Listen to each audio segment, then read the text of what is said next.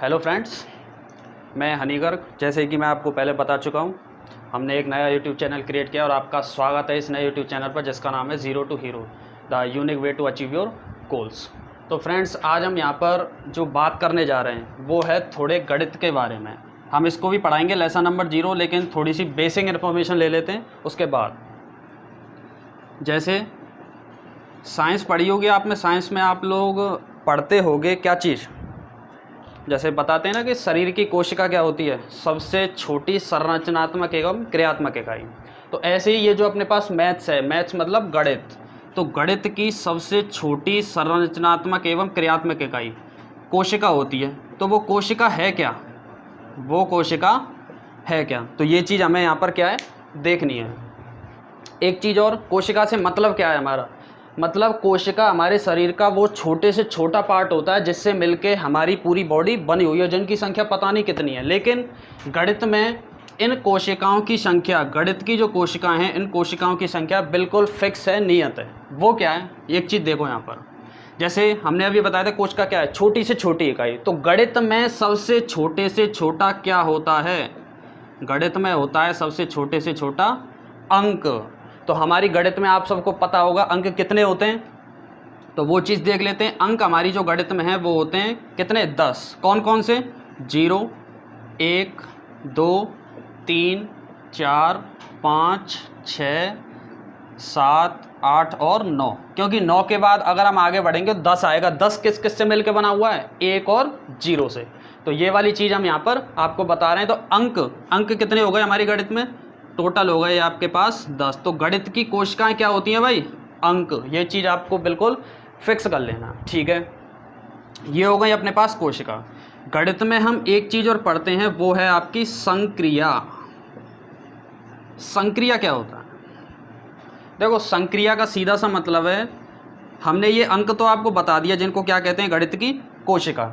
संक्रिया से मतलब है, जैसे ये अंक हैं आपके पास, इनमें कुछ तो बीच में, इनके बीच में क्रिया होती होगी।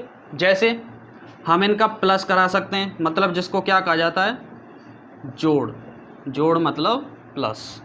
हम इनका घटाव करा सकते हैं, घटाव, या फिर minus.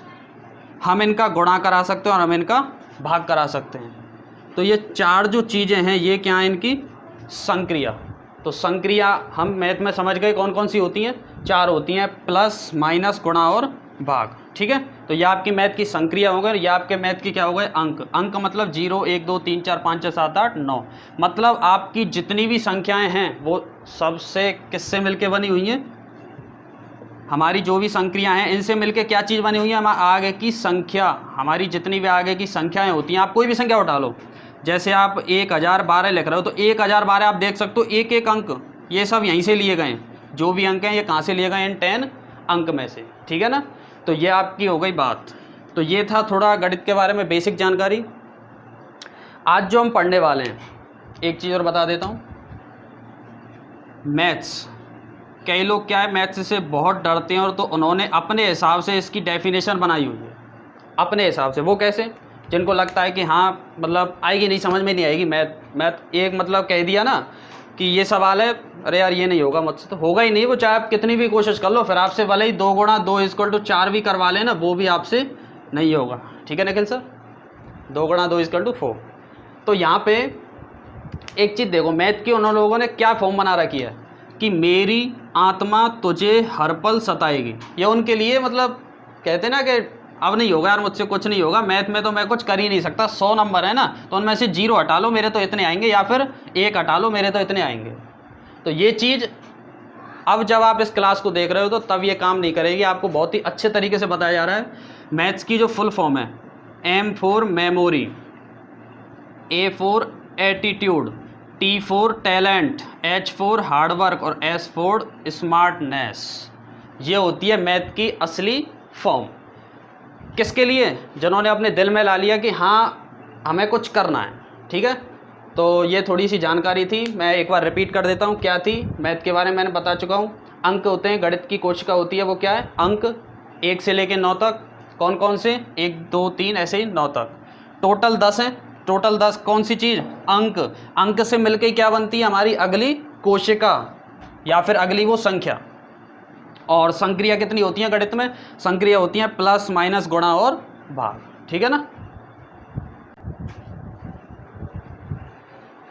Hello friends, welcome back. और मैंने इससे पहले जो सेशन था छोटा सा लीव करके आए हैं अब तो यहाँ पर।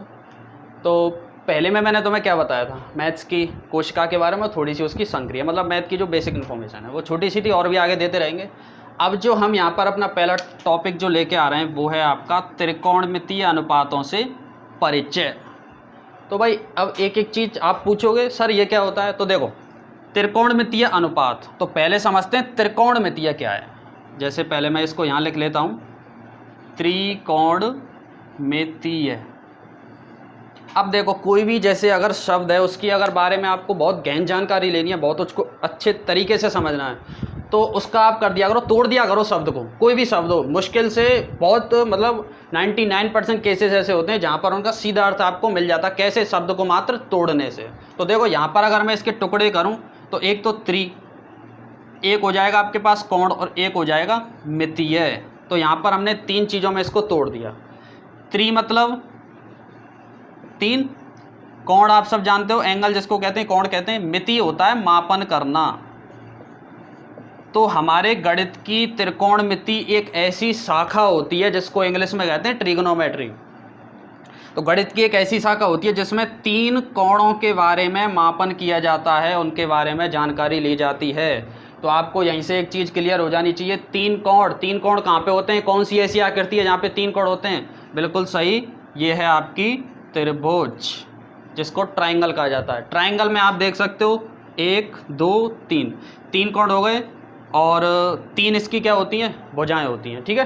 तो ये आपका किस में लगेगा? मतलब त्रिकोणमितीय अनुपातों की जब भी हम बात करेंगे वो किस में बात होंगी भाई? त्रिभुज में। ये आप बिल्कुल फिक्स अपने दिमाग में बैठा लो। अब इससे आगे हम जो चीज़ बताने जा रहे हैं वो बहुत इंपॉर्टेंट है, और उसी से मिलके आगे पूरी त्रिकोणमिति बनी हुई है। तो यहाँ पर इसको रफ करते हैं और देखते हैं आगे क्या सिस्टम। तो त्रिकोणमिति मैंने आपको बता दी। अनुपात का मतलब है रेशो, जैसे लिखते हैं ना अनुपात, जैसे 1:2, कुछ ऐसे ही फॉर्म में यहाँ पर अपने पास टोटल जो त्रिकोणमितीय अनुपात होते हैं वो होते हैं 6 टोटल। 1 मिनट, टोटल त्रिकोणमितीय अनुपात कितने होते हैं? 6। कौन कौन से? अब इन चीज़ों को समझ लो आप। पहला होता है साइन थीटा। हाँ भाई, थीटा क्या चीज़ है? थीटा के बारे में जान को पहले। तो थीटा है एक तरह से यहाँ पर कोण, कुछ भी हो सकता है। अब देखो कोण कौन कौन से होते हैं? 0 डिग्री, 90 डिग्री, 45, 60, इनके बीच में भी होते हैं, लेकिन जो मैक्सिमम हम बात करेंगे वो बता देंगे आगे जब बढ़ेंगे, है ना। थीटा क्या चीज़ है? कोण। ये थीटा बनता है क्यू की तरह ही। क्यू में तो हम ऐसे बाहर निकाल देते हैं, यहाँ से बस इसको हटा दो तो ये आपका क्या हो गया? थीटा, ठीक है। तो पहला कोण कौन सा हो, सॉरी त्रिकोणमितीय अनुपात कौन सा हो गया? Sine theta. अगला, ये क्रम से याद होनी चाहिए भाई, ठीक है ना। तीसरा है, ये हो गया कॉस थीटा। तीसरा है आपका टेन थीटा। चौथा है कॉट थीटा। पांचवा है कॉसेक थीटा, और छठवा है आपका sec theta.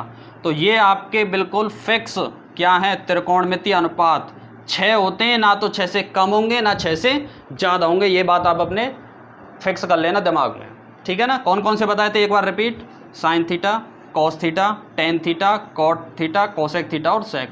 Sign, cos, tan, cot, sec, cosec, ये आपको क्रम से याद होनी चाहिए, पहले पे, दूसरे पे, तीसरे पे, ये सारी चीज़, ठीक है। इसके बाद मैंने अभी बताया था जब भी त्रिकोणमितीय अनुपात की बात होगी कहाँ पे लगेगा? ये फिक्स है आपका, किसी त्रिभुज में लगेगा। लेकिन त्रिभुज भी भाई बहुत तरह के होते हैं, तो यहाँ पर त्रिभुज याद कर लेना, लगेगा त्रिभुज में। लेकिन कौन से त्रिभुज में? समकोण त्रिभुज में। त्रिकोणमितीय अनुपात जो हैं हमेशा कौन से त्रिभुज में लगते हैं? समकोण त्रिभुज में। समकोण त्रिभुज किसे कहते हैं भाई? नई डेफिनेशन आ गई कि समकोण त्रिभुज किसे कहते हैं। तो समकोण त्रिभुज एक ऐसा त्रिभुज कि जिसका एक कोण कितना हो? 90 डिग्री हो। ये बात फिक्स, एक कोण कितना हो? 90 डिग्री। तो ये आपने कोई त्रिभुज बनाया, ये वाला जो कोण है कैसा है? 90 डिग्री। अब यहाँ पर इनके बारे में अगर बात करनी है, जैसा कि बताया था अनुपात, तो अनुपात किस चीज़ों का? इनकी भुजाओं का। तो इनकी भुजाओं के कुछ नाम भी तो होंगे भाई, तो नाम देख लेते हैं। याद रखना 90 डिग्री जो भी कोण है 90 डिग्री, इसके जो सामने वाली भुजा है ये तो होती है कर्ण। मान लो जैसे यहाँ थीटा मैंने एंगल बताया था, तो यहाँ पर है थीटा, ये थीटा है आपका कोण, कोई भी 30, 35, 40 जो भी हो सकता है। तो 90 डिग्री के सामने वाली भुजा कौन सी हो गई? कर्ण। और जो नीचे होता है बेस, बेस मतलब आधार, मतलब एक ऐसी भुजा जिस पर थीटा और 90 डिग्री समकोण दोनों उपस्थित हैं, इसको कहा जाता है आधार। ये तो हो गया आपका कर्ण, ये हो गया आपका आधार, और ये जो भी कोण होगा तीसरा, और ये जो साइड में एक लाइन बची है मतलब बिल्कुल सीधी है, इसको कहा जाता है एल। एल मतलब लंब।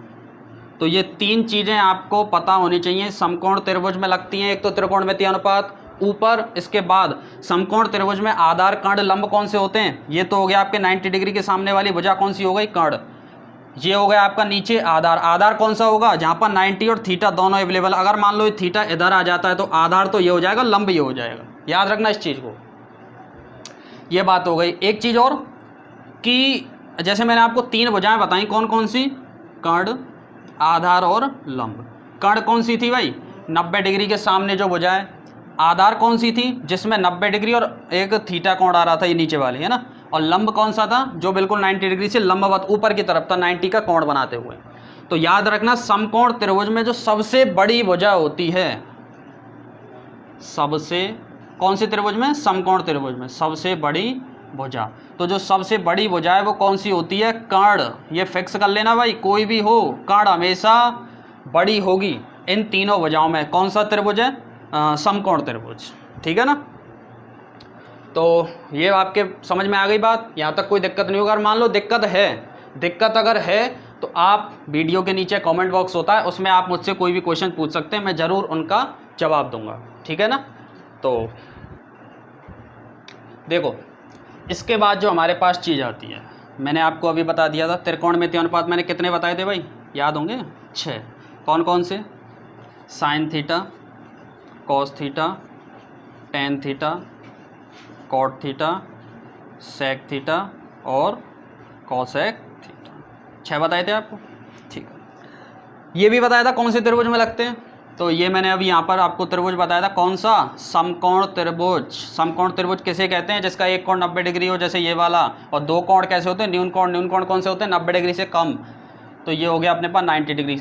90 डिग्री के सामने वाली भुजा कर्ण, नीचे आधार, अगर ये थीटा है, और अगर ये है, कोई भी हो, ये क्या होगा? आपका लंब होगा। ठीक है।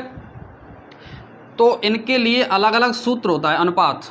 इनका ये अनुपात देखा जाएगा भुजाओं का, कि साइन थीटा बराबर कौन कौन सी दो भुजाओं का अनुपात, कॉस थीटा बराबर समकोण त्रिभुज की कौन कौन सी दो भुजाओं का आधार, लंब बटे कर्ण है, कर्ण बटे आधार है। अनुपात मतलब देखो 1:2 लिखा हुआ, तो इसको सीधा सा मतलब है 1/2। ठीक है ना। इनको भी बताएंगे बहुत अच्छे तरीके से। तो यहाँ पर देखो, इनको याद करने का एक छोटा सा फॉर्मूला है, वो देखो आप क्या है।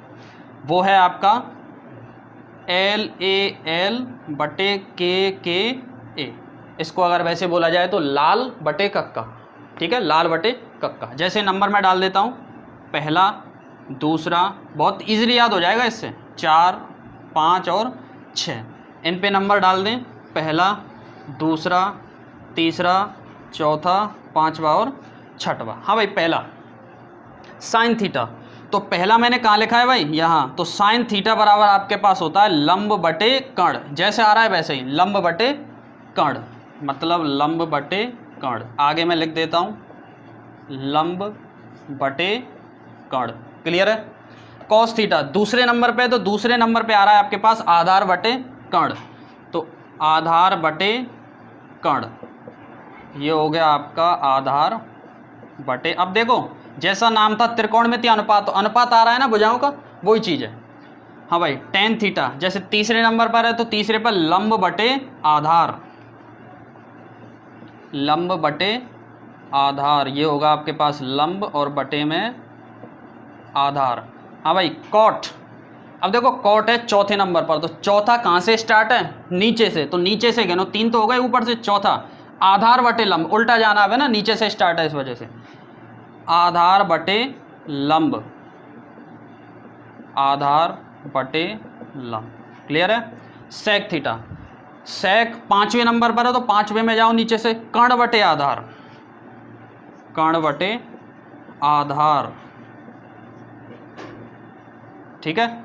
और अगला है कोसेक, 6वें नंबर पर, 6वें में नीचे से जाओ, कर्ण बटे लंब, उल्टा करते चलो उसका, तो यहाँ से एक नई बात और निकल के आएगी, वो देखेंगे, बहुत ही रोचक है, कर्ण बटे लंब। हाँ भाई, नई चीज़ देखो क्या है, आप एक चीज़ यहाँ पर देख सकते हो, साइन थीटा और आपका कोसेक थीटा, इन दोनों को देखो भाई, उल्टे हैं कि नहीं आपस में, प्रतिलोम में एक दूसरे के अपोजिट हैं। साइन थीटा बराबर क्या है, लंब बटे कर्ण, तो कोसेक थीटा क्या है, लंब बटे कर्ण, हो गया उल्टा। ऐसे ही कॉस और सेक को देखो, कॉस और सेक को, कॉस थीटा बराबर क्या था, आधार बटे कर्ण, और सेक थीटा कर्ण बटे आधार, हो गया उल्टा। ऐसे ही टेन और कॉट में होता है उल्टे का संबंध, प्रतिलोम संबंध होता है वाला।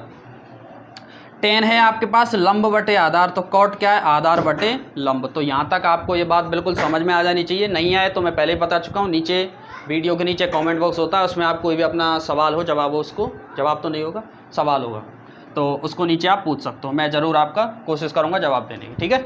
तो मैंने अभी जो भी बताया एक बार रिपीट, 6 त्रिकोणमितीय अनुपात समकोण त्रिभुज में लगते हैं, इनके याद करने का अनुपातों को लाल बटे कक का एक सूत्र है, गिनतियां लिख लिया करो, 2-3 बार ऐसे लिखना पड़ेगा, उसके बाद अपने आप आपकी रिपीटेशन बन जाएगी, ठीक है ना। तो और एक चीज़ और, साइन थीटा कोसेक का उल्टा, कॉस किसका, सेक का, और टेन किसका उल्टा होता है, कॉट का। एक छोटी सी चीज़ और बता देता हूँ भाई, इसको और समझ जाओ। जैसे देखो पाइथागोरस प्रमेय, पाइथागोरस प्रमेय, ये कोई एक वैज्ञानिक थे जिनका नाम क्या है, गणितज्ञ थे पाइथागोरस। इसको हिंदी में अगर कहा जाए तो बोधायन प्रमेय भी कहा जाता है। हिंदी में क्या कहते हैं, बोधायन प्रमेय। देखो होता क्या है, एक चीज़ वही कान खोल के बैठो, आराम से समझो। क्या मैंने त्रिकोणमितीय अनुपात बताया था, कौन कौन से किस त्रिभुज में लगता है, समकोण त्रिभुज में। समकोण त्रिभुज में 90 डिग्री के सामने कर्ण, नीचे आधार और इधर लंब।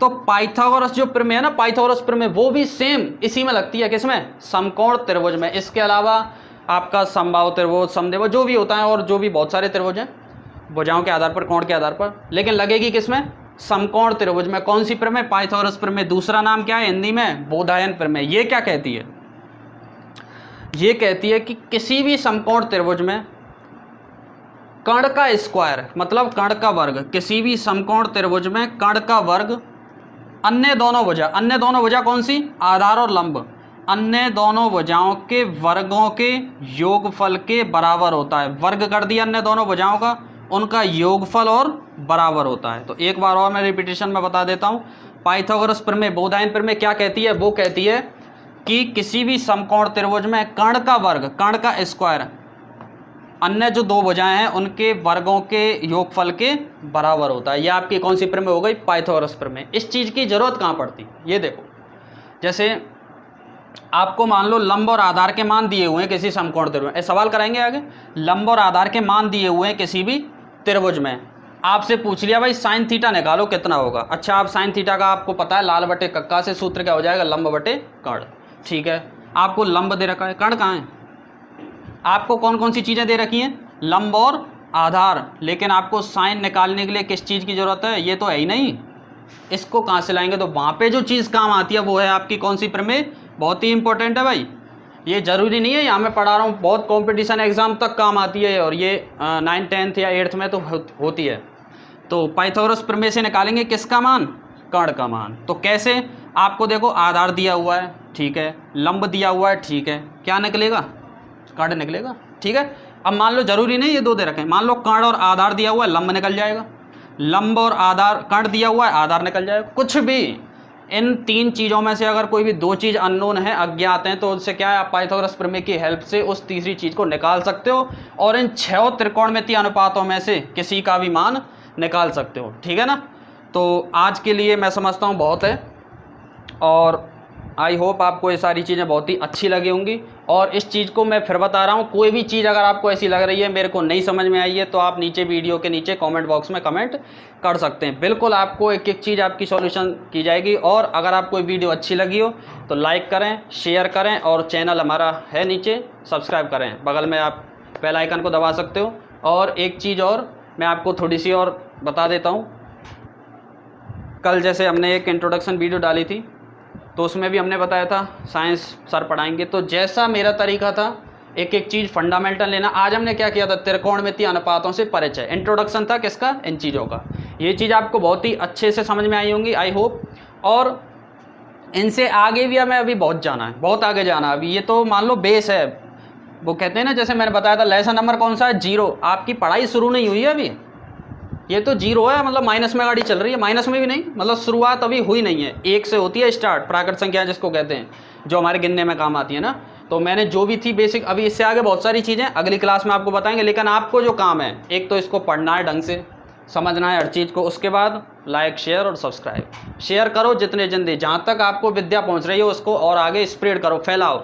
Just like a corona, corona को ना फैलाना है, पीडीओ को फैलाना है, ठीक है ना।